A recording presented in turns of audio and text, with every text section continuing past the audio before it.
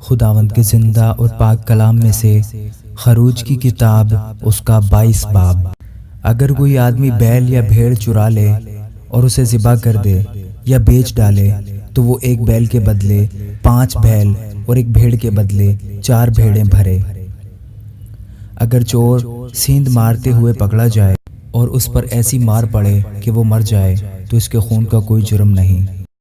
اگر سورج نکل چکے تو اس کا خون جرم ہوگا، بلکہ اسے نقصان بھرنا پڑے گا۔ اور اگر اس کے پاس کچھ نہ ہو تو وہ چوری کے لیے بیچا۔ اگر چوری کا مال اس کے پاس جیتا ملے، خواہ وہ بیل ہو یا گدھا یا بھیڑ، تو وہ اس کا دونا بھر دے۔ اگر کوئی آدمی کسی کھیت یا داغستان کو کھلوا دے اور اپنے جانور کو چھوڑ دے کہ وہ دوسرے کے کھیت کو چر لے، تو اپنے کھیت یا داغستان کی اچھی سے اچھی پیداوار میں سے اس کا معاوضہ دے۔ اگر آگ بھڑکے اور کانٹوں میں لگ جائے اور اناج کے ڈھیر یا کھڑی فصل یا کھیت کو جلا کر بھسم کر دے تو جس نے آگ جلائی ہو وہ ضرور معاوضہ دے۔ اگر کوئی اپنے ہمسایہ کو نقد یا جنس رکھنے کو دے اور وہ اس شخص کے گھر سے چوری ہو جائے تو اگر چور پکڑا جائے تو دونا اس کو بھرنا پڑے گا۔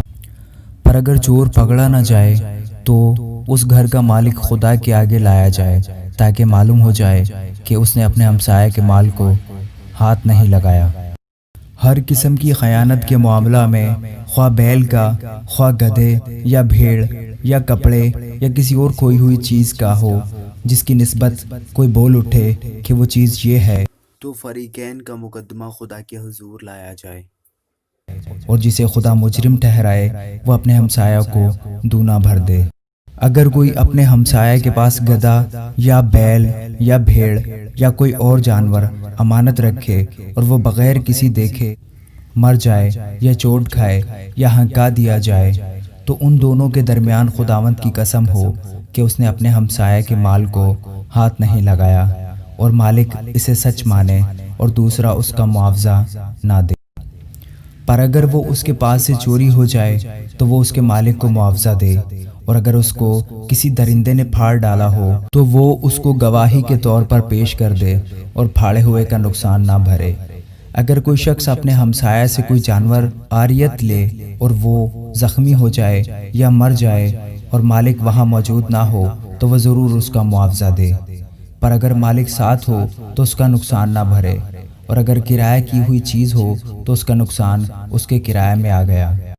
اگر کوئی آدمی کسی کنواری کو جس کی نسبت نہ ہوئی ہو پھسلا کر اس سے مباشرت کرے تو وہ ضرور ہی اس سے مہر دے کر اس سے بیاہ کرے، لیکن اگر اس کا باپ ہرگز راضی نہ ہو کہ اس لڑکی کو اسے دے تو وہ کنواریوں کے مہر کے موافق اسے نقدی دے۔